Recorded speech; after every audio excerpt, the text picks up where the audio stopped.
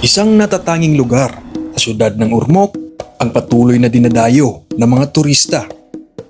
Sinusuong ang mga nasa isang oras na lakarin, makita lamang ang tuktok ng isang maliit na talampas kung saan tanaw na tanaw ang nakamamanghang ganda ng kalikasan. Ang lugar na ito ay ang Sulfatara Peak na matatagpuan sa Barangay Cabintan, Ormoc City, isang barangay na napapalibutan ng matatayog na kabundukan at makakapal na kagubatan. Kung nakahanda ka na, ay tara at maglalakbay tayo sa isang maliit na ekspedisyon at sama-sama nating tuklasin ang ganda ng Sulfatara. This is The Wanderer and welcome to my vlog.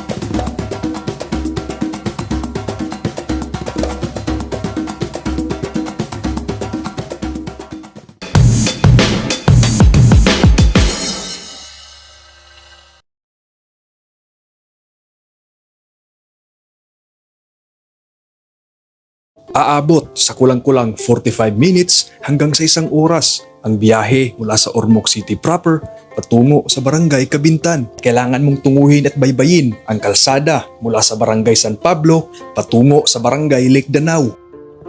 So andito tayo ngayon sa Barangay Lake Danau sa Ormoc City at tingnan niyo yung sideboard guys. We are going to Barangay Cabintan para puntahan ang Sulfatara Peak. We still have 7 kilometers to go. So tara, continue the journey guys. Time check, 11:45 na nga pala ng umaga na magsimula kami magbiyahe mula sa Barangay Lake Danau patungo sa Barangay Cabintan. Medyo makapal din ang ulap at may malaking posibilidad ng manakanakang pag-ulan. Pero umulan man at sa hindi, tuloy na tuloy ang hike namin punta sa Sulfatara.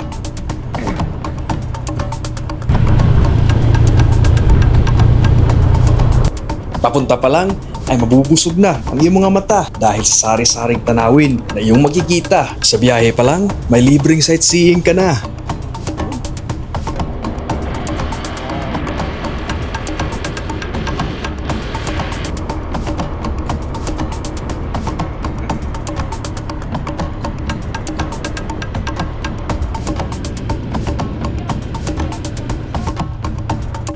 At nung mapadaan kami sa mga maibahay-bahay, ay napag-desisyon na namin magtanong kung saan nga ba ang exact location ng Barangay Hall ng Cabintan.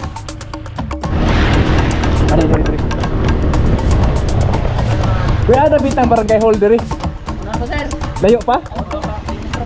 Sige, salamat salamat.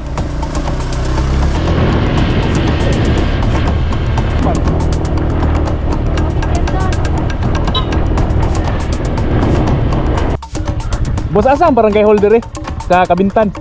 Unahan pa? Dool na lang? Salamat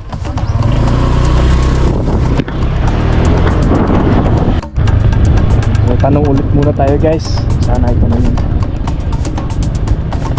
Kuya, asa dapit rin Barangay Hall sa Cabintan? Apa ko taga direct? Di ka taga dire? Kaya po ay ka taga direct. Sige, salamat ya. Sana guys, hindi na masyadong malayo. Pero tanong ulit tayo dito sa kabila. Guys, asa dapit ang Barangay Hall sa Cabintan? Ubus na ako. Kasi ubus. Unahan pa? Dool ra. Ano. Di ada pita. Lang ay lang pag Alam mo kliko. Sige, salamat So sa unahan pa daw guys, sabi nila. Tapos sundin lang daw namin tong kalsada na to at wag liliko sa magkabila. At makakarating din kami sa Barangay Hall. Tara. Ano ang Barangay Hall ya? Kakanto na pita, abli ka sila karon? Oh, una ka mo? Oo, Sulfatara. Ay tangan ti kuan nga to ay kanang hilo ana, loyo. Sa kuan na iluyo da nga ban nga sintir, no kanang ana ba nga hol. Iluyo diha. Hilo kuan. Oh. Nadaan kuan ron bantay. Ay bantay ron diha. Salamat ya. Sige. So sa wakas guys, nakarating din tayo sa Barangay Cabintan sa proper. At ayon nga sa napagtanungan ko kanina, yung center kung saan nandun yung designated na nakabantay para sa mga aakyat ay dun daw sa may likod ng building na to guys. So tara guys, puntahan natin.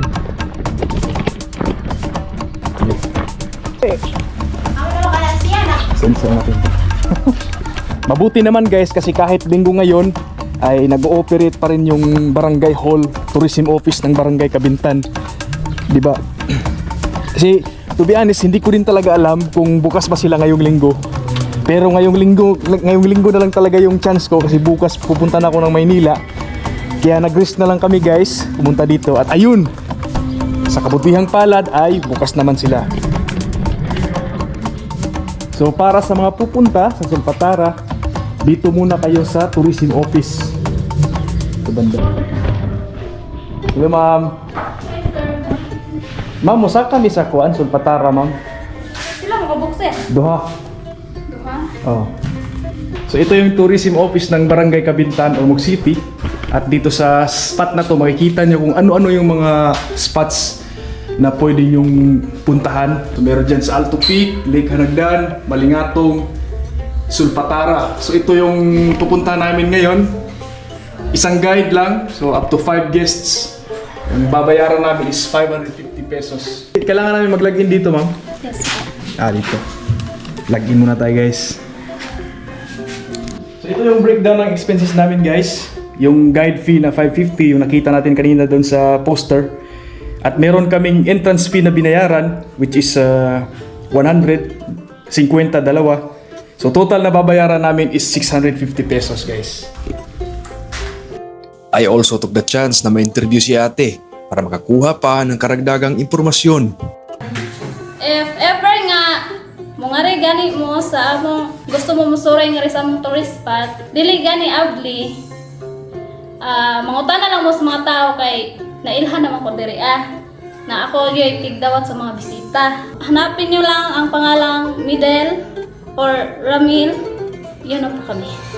Tapos pag weekdays po, depende ra sa ay bisita mag-abli mi. Pero kung close me. More on kuan po kami weekdays, weekend. Kung ganasan mo mag-booking, kanilang siya may kontaka. Ano ni among page? Pwede ra mo chat ngadto Kabingtan lokal ikugay na siya. Tapos mo ni siya ang sa among chairman na number niya iya sa Facebook. Niya mo ning sa ako boss. Matapos ang panayam kay ate, ay pinakilala na sa amin ang aming magiging tour guide sa pag-akyat sa Sulfatara. So, good afternoon. I'm Mark Alcordo. So, usa ka tour guide diri sa Barangay Kabintan. Meron sila ditong no guide, no climb policy. Ibig sabihin, hindi kayo pwedeng basta-basta na lang aakyat kung walang available na tour guide. Kailangan nyo muna makipag-coordinate sa kanilang tourism office. So, natakaroon rin sa TIC, Tourism Information Center. So, distance pa Dolong Junction sa jump off na to. Major jump off is 3 km ba ni magmotor na diri put up sa junction. Mula dito papunta doon, motor yung ano yun. Sige. So, pagkabot na to diri sir, mo yung ibili na tong motor niya, start tag trekking padulong Sulfatara. So, Sulfatara is pinakasayon nga site diri. Mo consume siya 40 minutes to 1 hour. So, depende rin yun sa pacing na may mabot 20 minutes na ganito. Okay. So, ang trail dre, sa yun rin kayo, pero hanas lang. Nagpunat na dre. Natay bagong kita sa itong mata. So, pwede rin ito picturean, hindi na ito pa.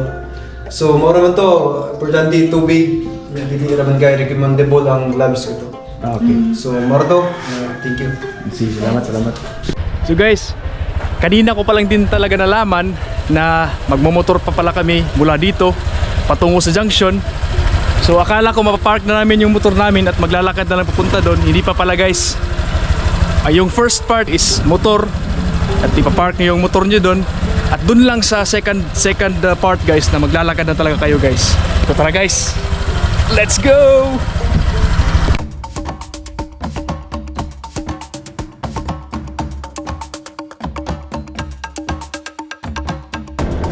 Bundok guys cloudy sa taas, foggy.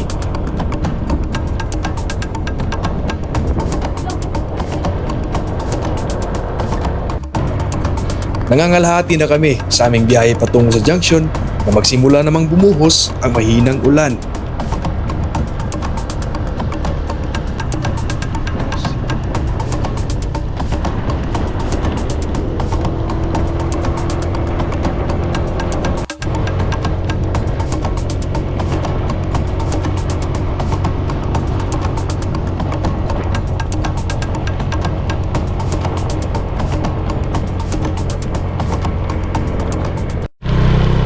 guys, so kakarating lang namin sa junction. So approximately mga 10 minutes na biyahe by motor.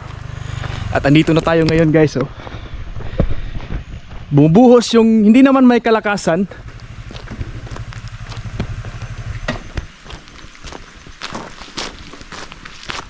Welcome to Sulfatara.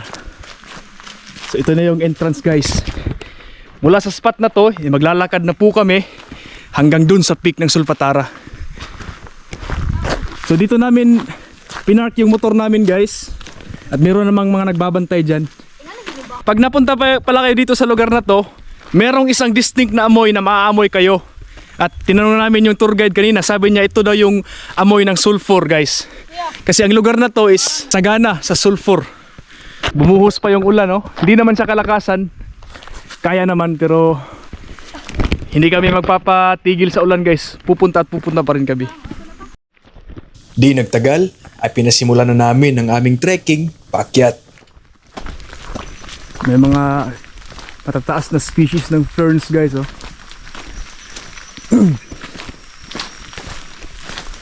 Yes. So far yung daanan dito is mabato. So pag umulan hindi siya maputik. Hindi kayo madudulas dito guys. Pero tignan natin dun sa may dulo o sa unahan pa kung ganito pa rin ba yung ano dito daanan. Ang kuan diri boss, ang agyanan diri ingani gyud. Dili siya kuan, dili siya handlas. Pero may lapok ni kamera. Bisag mo ulan dili siya handlas para sa mga hikers. Pero sa urban nga kahit So yun guys, na tinanong ko yung tour guide kanina, sabi niya na yung daanan daw papunta sa Sulfatara ay mainly ganito. Merong maputik pero hindi naman gaanong grabe. Kaya safe na safe siya sa mga hikers at sa mga trailers kahit umuulan guys.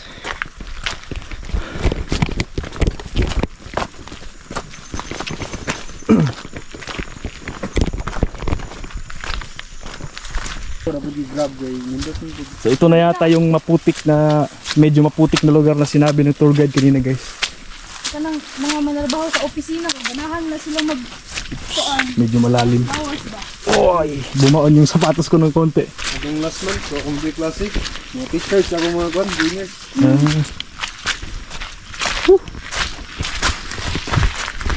Okay. So medyo basa na yung kaliwang sapatos ko guys, pero go pa rin tayo.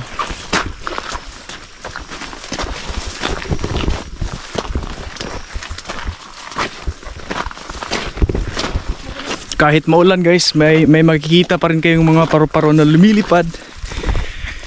Tingnan nyo. Yan.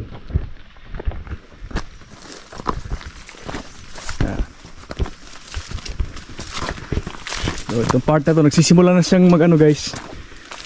Nagsisimula nang maging paakyat yung daanan.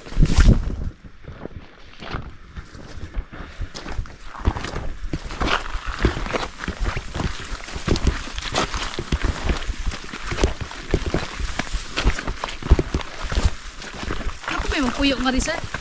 Unahan?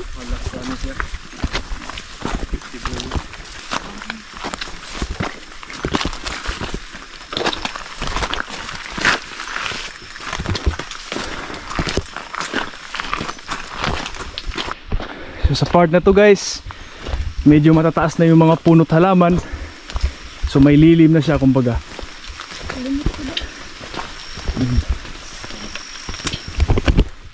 Check na ako na ba signal?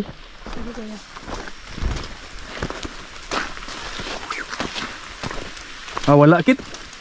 Error. Extra challenge talaga pag naulan. Expected nyo talaga na mababasa talaga kayo guys. Pero sa bagay, bago kami umakyat kanina ay chinik ko muna yung panahon at meron nga talagang tsansa ng pag-ulan. Kaya pinaghandaan ko na din yun. Tuloy pa rin yung trail guys. So dito banda maliwanag na ulit. Puro ferns na lang tong andito. Mga ferns, mga maliliit na halaman.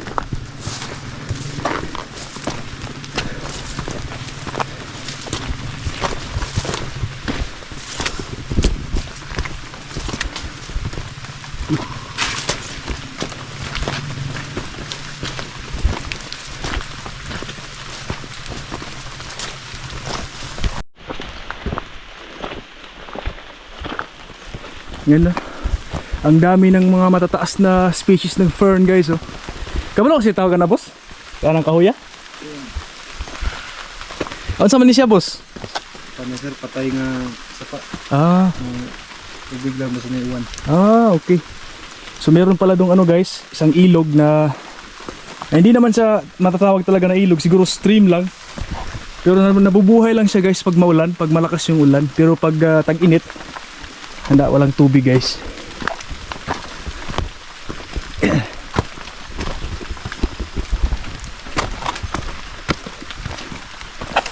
Yun naman oh.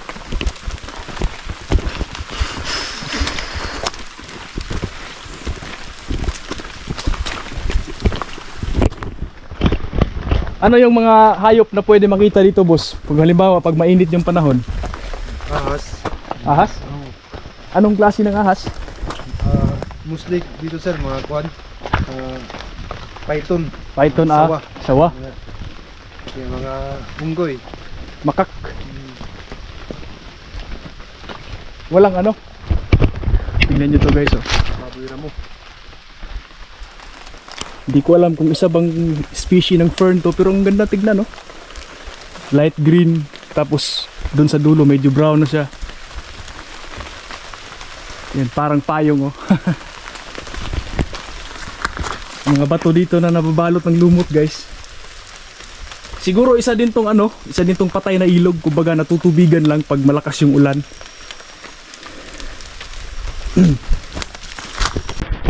So sa bandang right side ko guys, mainly mga ano yan, mga mossy na mga halaman, mossy forest. Dito banda medyo din. Wow, napakaganda guys oh. Nabalot talaga sila ng mga moss. Yung mga moss kasi nabubuhay sila sa environment kung saan mamasa-masa o mataas yung humidity. At lalo na sa buwang to, maulan, tag-ulan na talaga dito sa amin, kaya mas lalago pa yung mga yan guys.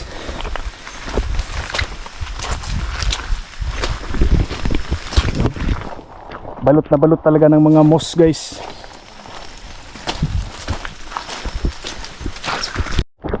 Kit, okay ra ka Kit? So ayos guys. Sa opinion ko lang, mabilis ata yung pace namin kasi may kasama kaming tour guide, eksperto namin na naman din siya sa mga trailing. So medyo mabilis na siya. At ako, may endurance din, yung kapatid ko. Hindi din siya gaanong mahina sa paglalakad. So I think goods lang yung pace namin guys. Hindi kami masyadong mabagal. At saka hindi din kami masyadong mabilis siguro. Kung suswertehin kayo pag tag-init, maaring makaspot kayo dito ng mga deer, Philippine deer, o mga baboy ramo, Philippine warty pig. Ewan ko lang, ngayon tag-ulan, ewan ko lang kung sisilabasan ba sila, pero siguro nakatago ngayon sila sa mga lungga nila guys. Pero magawa sa sila guan boss, ingari tag-ulan boss. Pero tag-init yun sila mas mukuan. Kita naman po na uban ko. Oo. So pansin ko nga guys oh, sobrang dami mong makikita ng ganitong klase ng matataas na ferns guys. Hindi ko lang alam kung anong pangalan nito. Sa mga nakakaalam guys, comment down lang below.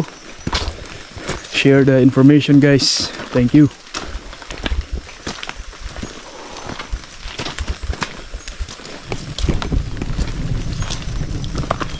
Sa may unahan pa, ay hindi ko inaakalang makikita ko for the first time ang isang napaka-espesyal na halaman. Ito yung tinatawag na pitcher plant. Isa itong carnivorous na uri ng halaman.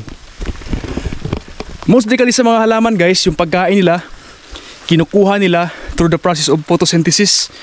So yung sunlight, carbon dioxide, etc. etc. Pero ang uri ng pananim na to guys ay kumukuha siya ng pagkain sa mga insekto na natatrap sa loob ng itong ano niya, parang vase.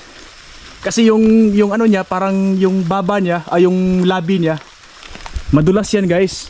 Pag kunwari may langgam na napunta dyan, siguradong mahuhulog talaga guys. At pag nahulog dyan, dahan-dahan niya itong ida-digest. So napakasaya ko guys kasi first time ko nakita tong uri ng pananim na to. Yung iba nalalanta na oh. Siguro ano na to, matatanda na.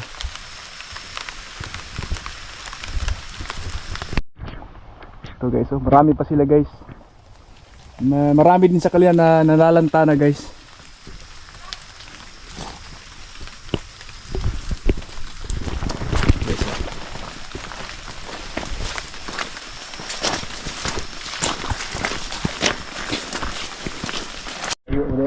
So meron tayong na-meet sa daan guys. Mga hikers din to. At pupunta din sila ng Sulpatara. Pero pahinga daw muna sila. So mauna na muna tayo guys.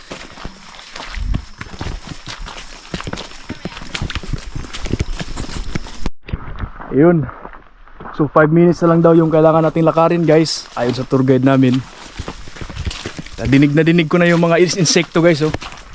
Hindi ko alam kung anong klaseng insekto to guys. Gumagawa ng ganitong sound.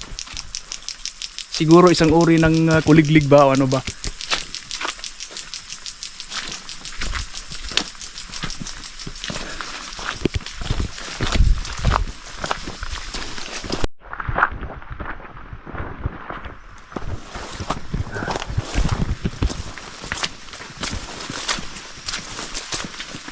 Yun. Yun, malapit na tayo sa open field guys.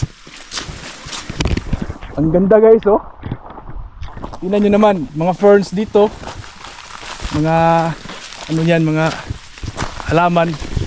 Tapos dun sa unahan, may bundok na nag-uusok sa ulap. Napaka-relaxing tignan guys. Okay. Napaka-relaxing ng wet weather ngayon guys. Siguro marami sa inyo na ayaw tong maulan na weather. Pero pag andito ka sa bundok guys, napaka-relaxing, napaka-freeing ng maulan na panahon guys. Yan nyo, yung Mount Aslum. Nababalot yung peak niya ng mga ulap. Wow. Oh, may magandang view. Ayos, ayos. Wow. Ayun. So yun yung Barangay Kabintan sa baba guys. So hindi ko lang siya mapapakita sa inyo kasi hindi nagzo-zoom tong GoPro ko. Diyan kita nyo yung ano, makapal na canopy guys ng mga puno. Ang ganda tignan guys oh. Napag-alaman ko din kanina na itong area na to ay protected. So bawal kang basta-basta na lang kumuha ng halaman, bulaklak, ng hayop. Kasi nire-regulate nila yung mga species ng living things dito guys. Oh wow. Wow, so ito na oh. Napaka open field na tayo guys. May nakikita akong paakyat doon.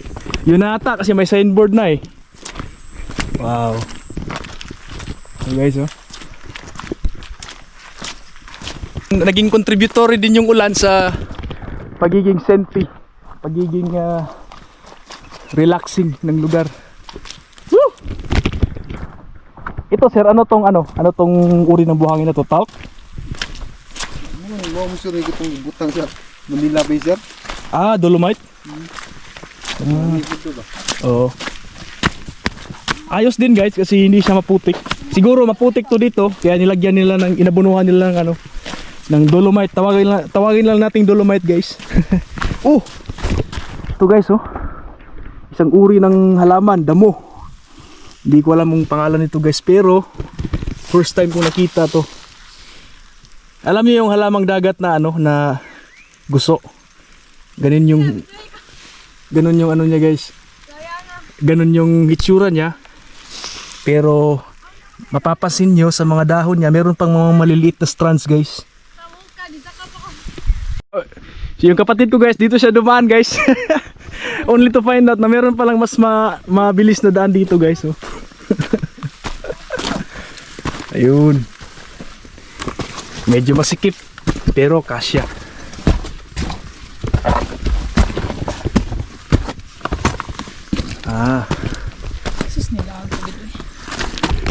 Finally, narating natin ang Sulfatara Peak, guys. Finally. Woo! Sulit na sulit ang pagpunta. So yun yung Mount Malingatong, guys.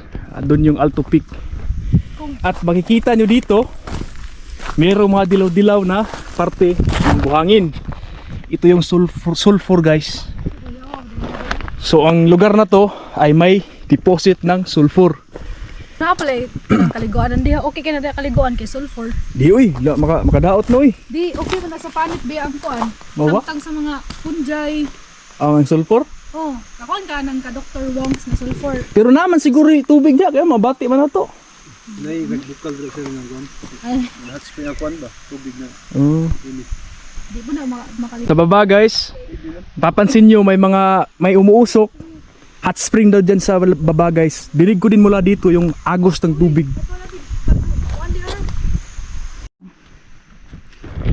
So guys, I'll be taking over his vlog for this moment lang.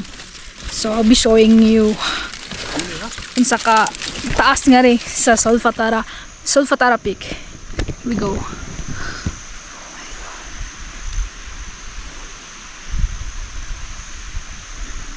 I don't know the elevation unsa ka taas, but it's pretty high. Like it's high jud. Okay. Okay, bye guys. Hinango mula sa elemento na sulfur ang pangalang Sulfatara. Isa itong dating drilling site ng isang geothermal company at kalaunan ay ginawang isang tourist attraction.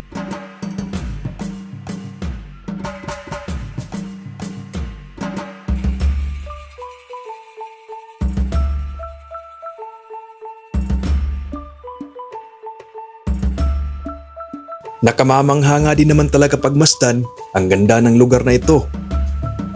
Mula sa mga usok na lumalabas mula sa mga steam vents sa ilalim ng lupa,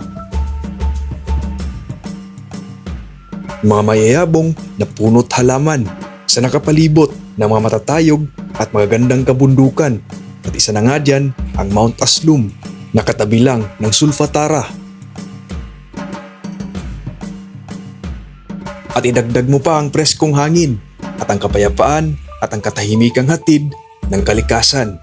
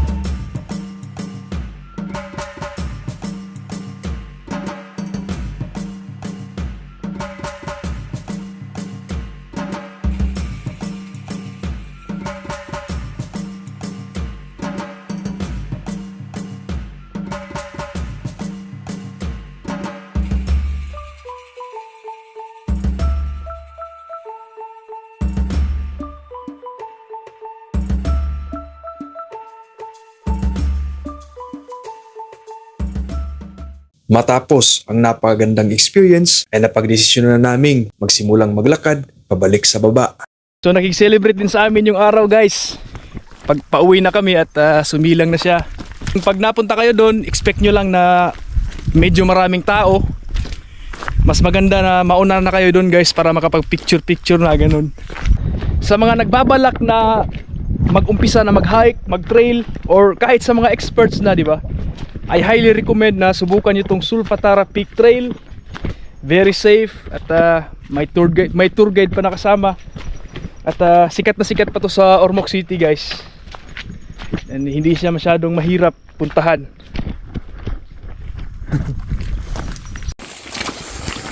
Yes. Sa una? Mao di ay.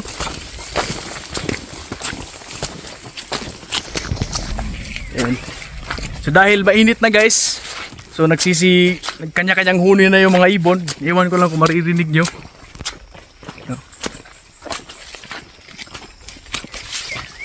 Yan.